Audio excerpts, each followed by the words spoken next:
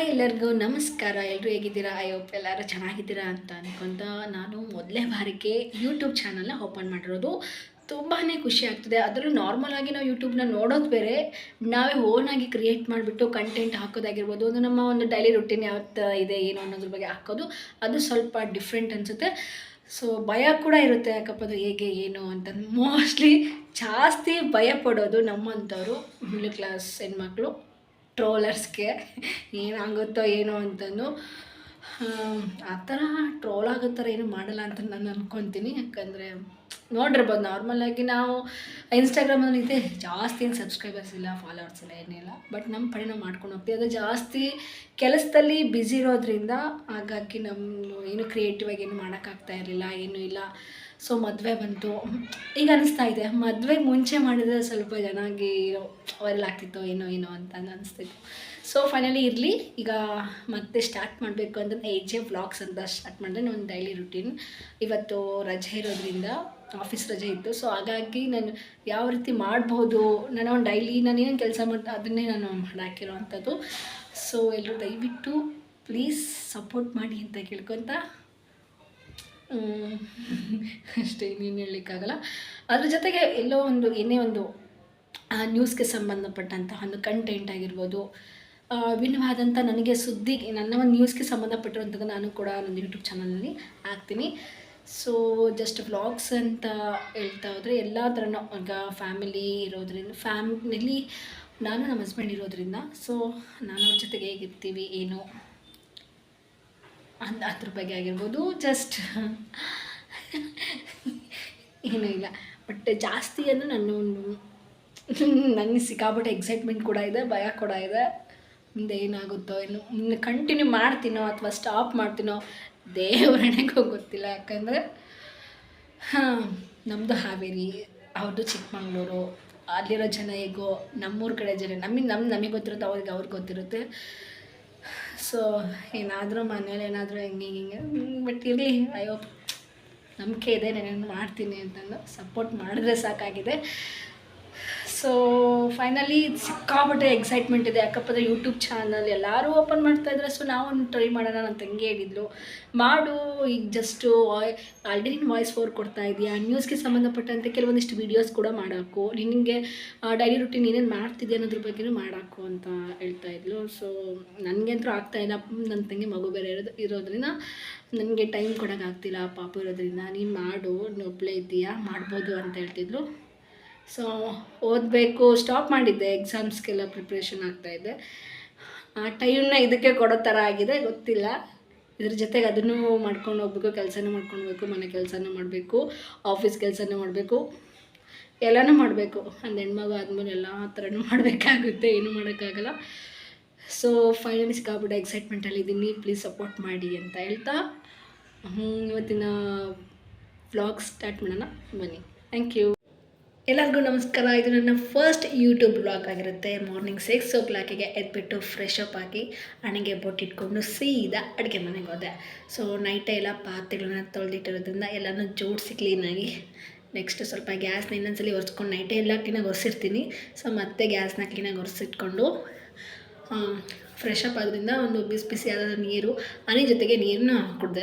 ಸ್ವಲ್ಪ mind full relax ಆಯಿತು. So ಯಾಕಂದರೆ ನಿನ್ನೆ ಎಸ್ಟರ್ಡೇ ಎಲ್ಲ ಫುಲ್ ಆಫೀಸ್ ಕೆಲಸ ತುಂಬ ಜಾಸ್ತಿ ಇರೋದ್ರಿಂದ, ಹಾಗಾಗಿ ಬೆಳಗ್ಗೆದ್ದು ಸ್ವಲ್ಪ ಮೈಂಡ್ ಫುಲ್ಲು ಫ್ರೀ ಆಯಿತು. ನೆಕ್ಸ್ಟು ನೀರು ಕುಡಿದ್ಮೇಲೆ ಮತ್ತು ನೆಕ್ಸ್ಟ್ ಏನು ಕೆಲಸ ಮಾಡಬೇಕನ್ನೋದೇ, ಸ್ವಲ್ಪ ಫ್ಯಾಮಿಲಿ ಆದಮೇಲೆ ಅದೊಂದು ದೊಡ್ಡ ಜವಾಬ್ದಾರಿ ಆಗಿರುತ್ತೆ. ಯಾಕಪ್ಪ ಅಂದರೆ ಮುಂಚೆ ಹಾಸ್ಟೆಲ್ ಇದ್ದಿದ್ದು, PGಲಿ ಇದ್ದಿದ್ದು, ಆಗ ನಮ್ಮ ಪಾಡಿ ನಾವು ಇರ್ತಾಯಿದ್ವಿ, ಸೀದಾ ತಟ್ಟೆ ಇಟ್ಕೊಂಡು ಬಾಕ್ಸ್ ಇಟ್ಕೊಂಡು ಹೋದರೆ ಸಾಕು, ಹಾಸ್ಟೆಲಲ್ಲಿ ಊಟ ಸಿಗ್ತಾಯಿತ್ತು, PGಲಿ ಊಟ ಸಿಗ್ತಾಯಿತ್ತು, ಆರಾಮಾಗಿರ್ತಿದ್ವಿ. ಈಗ ಮನೆ, ಮದುವೆ, ಸಂಸಾರ ಅಂತ ಅಂದಾಗ ಸ್ವಲ್ಪ ಕೆಲಸಗಳು ಜಾಸ್ತಿ ಆಗ್ತಾ ಹೋಗುತ್ತೆ. ಸೊ ಹಾಗಾಗಿ ನಮ್ಮ ಮನೆ ಅಂತ ಬಂದಾಗ ಮನೇನ ಸ್ವಲ್ಪ ಸ್ವಚ್ಛವಾಗಿ ಸುಂದರವಾಗಿ ಇಟ್ಕೊಳೋದು ನಮ್ಮ ಒಂದು ಆದ್ಯ ಕರ್ತವ್ಯ ಆಗಿರುತ್ತೆ. ಸೊ ಹಾಗಾಗಿ ನೀರು ಕುಡಿದ್ಮೇಲೆ ಸ್ವಲ್ಪ ರಿಲ್ಯಾಕ್ಸ್ ಆಗಿ ಎಲ್ಲ ಕಸ ಗುಡಿಸ್ಬಿಟ್ಟು ಕ್ಲೀನಾಗಿ ಅಂಗಳ ಕಸ ಎಲ್ಲ ಗುಡಿಸ್ಬಿಟ್ಟು, ನಾವು ಮೇಲೆ ಇರೋದು ಫಸ್ಟ್ ಫ್ಲೋರಲ್ಲಿ. ಸೊ ಹಾಗಾಗಿ ಟೆರೆಸ್ ಮೇಲೆ ಇರುವಂಥದ್ದು ಸ್ವಲ್ಪ ಸ್ಪೇಸಸ್ ಎಲ್ಲ ತುಂಬ ಜಾಸ್ತಿ ಇದೆ. ಸೊ ಎಲ್ಲ ಕಸ ಗುಡಿಸ್ಬಿಟ್ಟು ಕ್ಲೀನಾಗಿ ಬಾಗಿಲೆಲ್ಲ ತೊಳೆದ್ಬಿಟ್ಟು ಅರಿಶಿನ ಕುಂಕುಮ ಇಟ್ಟು ರಂಗೋಲಿ ಸಾರಿಸಿ ಇದನ್ನೆಲ್ಲ ಒರೆಸ್ತಾಯಿದ್ದೆ. ನಮ್ಮ ಮನೆಯವ್ರ ಜೊತೆಗೆ ಮಾಡ್ತಾಯಿದ್ರೆ ಏನೋ ವ್ಲಾಗ್ ಎಲ್ಲ ಮಾಡ್ತಾಯಿದ್ಯಾ, ಓಕೆ ಓಕೆ ಮಾಡು ಅಂತ ಸಪೋರ್ಟ್ ಮಾಡ್ತಾಯಿದ್ರು. ಸೊ ಅದೊಂದು ಖುಷಿ. ಮದುವೆ ಆದ ನಂತರದಲ್ಲಿ, ಮದುವೆ ಮುಂಚೆ ತಂದೆ ತಾಯಿ ಫ್ಯಾಮಿಲಿ ಆ ಥರ ಸಪೋರ್ಟ್ ಮಾಡಿತು. ಮದುವೆ ಆದ ನಂತರದಲ್ಲಿ ಗಂಡ ಆದವರು, ಗಂಡನ ಮನೆಯವರು ಹೆಣ್ಣಿಗೆ ಸಪೋರ್ಟ್ ಮಾಡೋದು ತುಂಬಾ ಮುಖ್ಯ ಆಗಿರುತ್ತೆ. ಅದರಲ್ಲಿ ನಾನು ಏನು ಹೇಳ್ಬೋದು, ಓಕೆ ನನ್ನ ಗಂಡನ ಮನೆ ಅತ್ತೆ ಮಾವ ಎಲ್ಲರೂ ಸಪೋರ್ಟ್ ಮಾಡ್ತಿದ್ದಾರೆ, ತುಂಬ ಚೆನ್ನಾಗಿದ್ದೀವಿ. ಸೊ ನೆಕ್ಸ್ಟ್ ನಮ್ಮ ಕೆಲಸದ ಬಗ್ಗೆ ಹೇಳ್ತಾ ಹೋಗ್ತಾ ಹೋದರೆ ಎಲ್ಲ ನನ್ನ ಕೆಲಸ ಈಗ ಬೆಳಗ್ಗೆ ಮಾರ್ನಿಂಗ್ ಕೆಲಸ ಎಲ್ಲ ಆಯಿತು. ನೆಕ್ಸ್ಟ್ ನಾನು ಸ್ವಲ್ಪ ನನ್ನ ಹೆಲ್ತ್ ಮೇಂಟೈನ್ ಮಾಡಬೇಕಪ್ಪ ಅಂದರೆ ಮೆಡಿಟೇಷನ್ ಈ ಮಸ್ಟ್ ಆ್ಯಂಡ್ ಶುಡ್. ಪ್ರತಿಯೊಬ್ಬರು ಸಹ ಮೆಡಿಟೇಷನ್ ಮಾಡ್ತಾರೆ, ವರ್ಕೌಟ್ ಮಾಡ್ತಾರೆ, ಇಲ್ಲ ಜಿಮ್ಗೆ ಹೋಗ್ತಾರೆ, ವರ್ಕೌಟ್ ಏನಾದರೂ ಔಟ್ಸೈಡ್ ಏನಾದರೂ ಪಾರ್ಕಲ್ಲಿ ಇಲ್ಲಿ ಹೋಗ್ತಿರ್ತಾರೆ. ಬಟ್ ನಮಗಿರೋ ಟೈಮ್ಗೆ ಬೆಳಗ್ಗೆ 9 o'clock ಹೋದರೆ ಬರೋದೇ 8 o'clock ಆಗೋಗ್ಬಿಡುತ್ತೆ, ಅಷ್ಟು ಲೇಟ್ ಆಗುತ್ತೆ. ಸೊ ಹಾಗಾಗಿ ಇವತ್ತೇನು ಫ್ರೂಟ್ಸ್ ಏನೂ ಇರಲಿಲ್ಲ. ಹಾಗಾಗಿ ಅಮ್ಮ ದಾವಣಗೆರೆಯಿಂದ ಏನಾದರೂ ರಾಗಿ ಮಾಲ್ಟ್ ಕಲಿಸ್ಕೊಟ್ಟಿದ್ರು ನನ್ನ ದೊಡ್ಡಮ್ಮ. ಸೊ ಹಾಗಾಗಿ ಅದನ್ನೇ ಗಂಜಿ ಮಾಡಿ ಕೊಟ್ಟಿದ್ದು. ನಮ್ಮ ಮನೆಯವ್ರಿಗೂ ನಾನು ಸ್ವಲ್ಪ ಹೊತ್ತು ಜ್ಯೂಸ್ ಮಾಡದೇ ಇರೋದ್ರಿಂದ ಗಂಜಿ ಮಾಡ್ಕೊಂಡೇ ಕೊಟ್ಟಿದ್ದು. ವೀಕ್ಲಿ ಟ್ವೈಸ್ ಮಾಡ್ಕೊಂಡು ಕುಡಿತೀವಿ. ನೆಕ್ಸ್ಟು ನಮ್ಮ ಮನೆಯವರು ಪುಳಿಯೋಗರೆ ಮಾಡು ಅಂತ ಹೇಳಿದರು. ಸೊ ಹಾಗಾಗಿ ಮತ್ತೆ ಪುಳಿಯೋಗರೆ ಏನು ಮಾಡೋದು, ಲಾಸ್ಟ್ ವೀಕ್ ಮಾಡಿದೆ. ಸೊ ಹಾಗಾಗಿ ಕೆಲವೊಂದಿಷ್ಟು ವೆಜಿಟೇಬಲ್ಸ್ ಎಲ್ಲ ಇತ್ತು. ಹಾಗಾಗಿ ವೆಜಿಟೇಬಲ್ಸ್ ಎಲ್ಲ ಕಟ್ ಮಾಡಿಕೊಂಡು ಫ್ರೈಡ್ ರೈಸ್ ಮಾಡೋಣ ಅಂತ ಅಂದ್ಕೊಂಡೆ. ಚಿತ್ರಾನ್ನ ಮಾಡಬೇಕು ಅಂತ ಅಂದ್ಕೊಂಡಿದ್ದು, ಬಟ್ ಯಾಕೋ ಚಿತ್ರಾನ್ನ ತಿನ್ನೋಂಗೆ ಅನಿಸಿಲ್ಲ. ಏನಾದರೂ ಸ್ವಲ್ಪ ಕೆಚಪ್ ಬೇರೆ ಇತ್ತಲ್ವ. ಸೊ ಕೆಚಪ್ ಮತ್ತು ಕ್ಯಾಪ್ಸಿಕಮ್ ಇರೋದ್ರಿಂದ ಸ್ವಲ್ಪ ಚೇಂಜಸ್ ಕಾಣಲಿ ಅಂತ ಅನ್ನೋಕ್ಕೋಸ್ಕರ ಸ್ವಲ್ಪ ಡಿಫ್ರೆಂಟಾಗಿ ಏನಾದರೂ ಮಾಡೋಣ ಅಂತ ಮಾಡಿದ್ದು. ಸೊ ಈಗ ಏನಂದರೆ, ಎಷ್ಟೋ ಜನ ಹೆಣ್ಮಕ್ಳು ಅಂದ್ಕೊಂಡಿರ್ಬೋದು ಎಲ್ಲ ಥರ ಇದ್ದರೆ ಮಾತ್ರ ಮಾಡಲಿಕ್ಕೆ ಸಾಧ್ಯ ಅಂತ ಅಂದು. ನಮ್ಮ ಮನೇಲಿ ಏನಿರುತ್ತೋ ಅದೇ ಇಂಗ್ರೀಡಿಯೆಂಟ್ಸ್ನ ಉಪಯೋಗ ಮಾಡಿಕೊಂಡು, ಅದು ಫ್ರೈಡ್ ರೈಸ್ ಆಗಿಲ್ಲಾದರೂ ಪರವಾಗಿಲ್ಲ, ಚಿತ್ರಾನ್ನ ಆದರೂ ಸಹ ಆದ್ರೂ ಅಂದ್ಕೊಂಡು ಮಾಡೋದೇ ತುಂಬಾ ಒಳ್ಳೆಯದು. ಯಾಕಪ್ಪ ಅಂದರೆ ಎಲ್ಲನೂ ತರಬೇಕು, ಎಲ್ಲನೂ ಮಾಡಬೇಕು ಅಂದ್ಕೊಂಡು ಕೂತ್ಕೊಂಡು ಎಲ್ಲದಕ್ಕೂ ವೆಯ್ಟ್ ಮಾಡ್ಕೊತ ಕೂರ್ಲಿಕ್ಕಾಗಲ್ಲ. ಅದರಲ್ಲೂ ಈಗ ಕೆಲ್ಸಕ್ಕೆ ಹೋಗ್ತಿರೋರು, ಈಗ ಅವರು ಕೆಲ್ಸಕ್ಕೆ ಹೋಗ್ತಾರೆ, ನಾವು ಕೆಲ್ಸಕ್ಕೆ ಹೋಗಿರೋದ್ರಿಂದ ಮನೇಲಿ ಏನಿರುತ್ತೋ ಅದೇ ಐಟಮ್ಸ್ನೇ ಬಳಸ್ಕೊಂಡು ನಾವು ಅಡುಗೆ ಮಾಡಬೇಕಾಗುತ್ತೆ, ಕೆಲಸನ ಮಾಡಬೇಕಾಗುತ್ತೆ. ಸೊ ಹಾಗಾಗಿ ಮನೇಲಿ ಏನಾದರೂ ಇರೋಂಥ ವಸ್ತುಗಳನ್ನ ಬಳಸ್ಕೊಂಡು ನಾನು ಫ್ರೈಡ್ ರೈಸ್ ಮಾಡಿದ್ದು.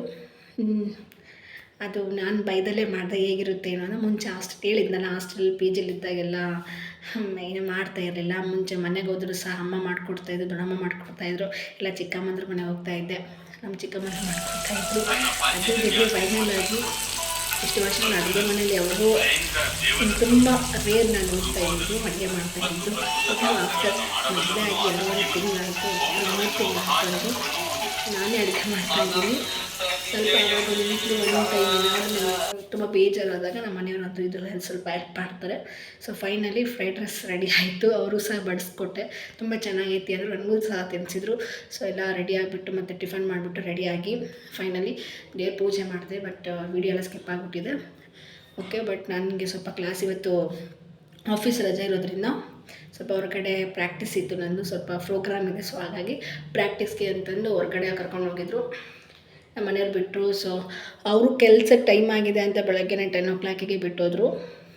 ಎಲ್ಲ ಡ್ಯಾನ್ಸ್ ಪ್ರಾಕ್ಟೀಸ್ ಎಲ್ಲ ಮುಗಿಸ್ಕೊಂಡು ಬರೋಷ್ಟಿಗೆ 3 o'clock ಆಯಿತು. ಮನೆಗೆ ಹೋಗಿ ಅಡುಗೆ ಮಾಡ್ಕೊಂಡು ಊಟ ಮಾಡೋದು ಅಷ್ಟರಲ್ಲೇ ಇದೆ ಅಂದ್ಕೊಂಡು ಮತ್ತು ಹೋಟ್ಲಿಗೆ ತುಂಬ ದಿನ ಆಯಿತು. ಆಫ್ಟರ್ ಏನಂದರೆ 1 ತಿಂಗಳಾಗೋಯಿತು. ಇನ್ನು ಹೊರಗಡೆ ಫುಡ್ ಏನೂ ತಿಂದಿರಲಿಲ್ಲ. ಸೊ ಹೊರಗಡೆ ಊಟ ಮಾಡೋಣ ಅಂತಂದು ರೊಟ್ಟಿ ಊಟ ಮಾಡಿದ್ದು. ಉತ್ತರ ಕರ್ನಾಟಕದ ಹೋಟೆಲ್ ಅದು, ಸಖತ್ತಾಗಿತ್ತು ಊಟ ಮಾತ್ರ. ಹೋಳಿಗೆ ಊಟ ಮಾಡಿ ಜೊತೆಗೆ ರೊಟ್ಟಿ ಊಟ ಸಖತ್ತಾಗಿತ್ತು. ಮನೆಯಲ್ಲಿ ಊಟ ಎಲ್ಲ ಮುಗಿಸ್ಕೊಂಡು ಮನೆಗೆ ಬಂದ್ವಿ. ಡ್ರಾಪ್ ಮಾಡಿಕೊಟ್ಟು ಹೋದರು. ನಾನು ಜಾಮೂನ್ ಮಾಡಿದ್ದೆ, ಮತ್ತು ಹೋಗೋರನ್ನ ಕರೆದ್ಬಿಟ್ಟು ಜಾಮೂನು ಸಹ ತಿಂದಿದ್ದೆ, ತುಂಬ ಚೆನ್ನಾಗಿತ್ತು ಅಂದರು. ಫೈನಲಿ ಮತ್ತೆ 5 ಗಂಟೆ 5:15 ಆಗೋಯಿತು. ಮತ್ತು ಈವ್ನಿಂಗ್ ಕೆಲಸ ಎಲ್ಲ ಸ್ಟಾರ್ಟ್ ಮಾಡಿಕೊಂಡೆ. ಪಾತ್ರೆ ಎಲ್ಲ ಮಾರ್ನಿಂಗ್ ಟಿಫನ್ ಮಾಡಿದ್ದೆಲ್ಲ ಹಂಗೆ ಇತ್ತು. ಸೊ ಹಾಗಾಗಿ ಮತ್ತೆಲ್ಲ ಗ್ಯಾಸ್ ಕಟ್ಟಿ ಕ್ಲೀನ್ ಮಾಡಿಕೊಂಡು ಮತ್ತು ಪಾತ್ರೆ ಗೀತ್ರೆ ಎಲ್ಲ ತಿಳ್ಕೊಂಡು ಫ್ರೂಟ್ಸ್ ತಂದಿದ್ರು ನಮ್ಮ ಮನೆಯವರು. ಜೊತೆಗೆ ನಾನು ಹೋಗಿದ್ದೆ, ಎಲ್ಲ ಥರ ಫ್ರೂಟ್ಸ್ ಇತ್ತು. ಇನ್ನೂ ಈಗ ಹೊಸ್ದಾಗಿ ಬಂದಿರೋದ್ರಿಂದ ಇನ್ನು ಮನೆಗೆ ಬಂದು ನಾವು 2.5 ತಿಂಗಳಾಗಿದೆ. ಸೊ ಹಾಗಾಗಿ ಫ್ರಿಡ್ಜ್ ಏನೂ ಇಲ್ಲ. ಸೊ ಒಂದೊಂದೇ ನಾವು ಮಾಡ್ಕೊತಾ ಇದ್ವಿ.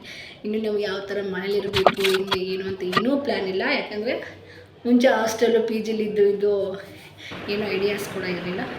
ಸೊ ಫೈನಲಿ ಮತ್ತು ಈವ್ನಿಂಗ್ ಕೆಲಸ ಎಲ್ಲ ಥರ ಕೆಲಸಗಳೆಲ್ಲ ಮುಗಿಸ್ಕೊಂಡು ಸ್ವಲ್ಪ ಮೊಬೈಲು ಬಿದ್ದೋಗ್ಬಿಡುತ್ತೆ ಶೂಟ್ ಮಾಡುವಾಗ. ಸೊ ಮತ್ತು ಅದನ್ನು ರೆಡಿ ಮಾಡಿಕೊಂಡ್ರು. ಫೈನಲಿ ಎಲ್ಲ ಕೆಲಸ ಮುಗಿಸ್ಕೊಂಡು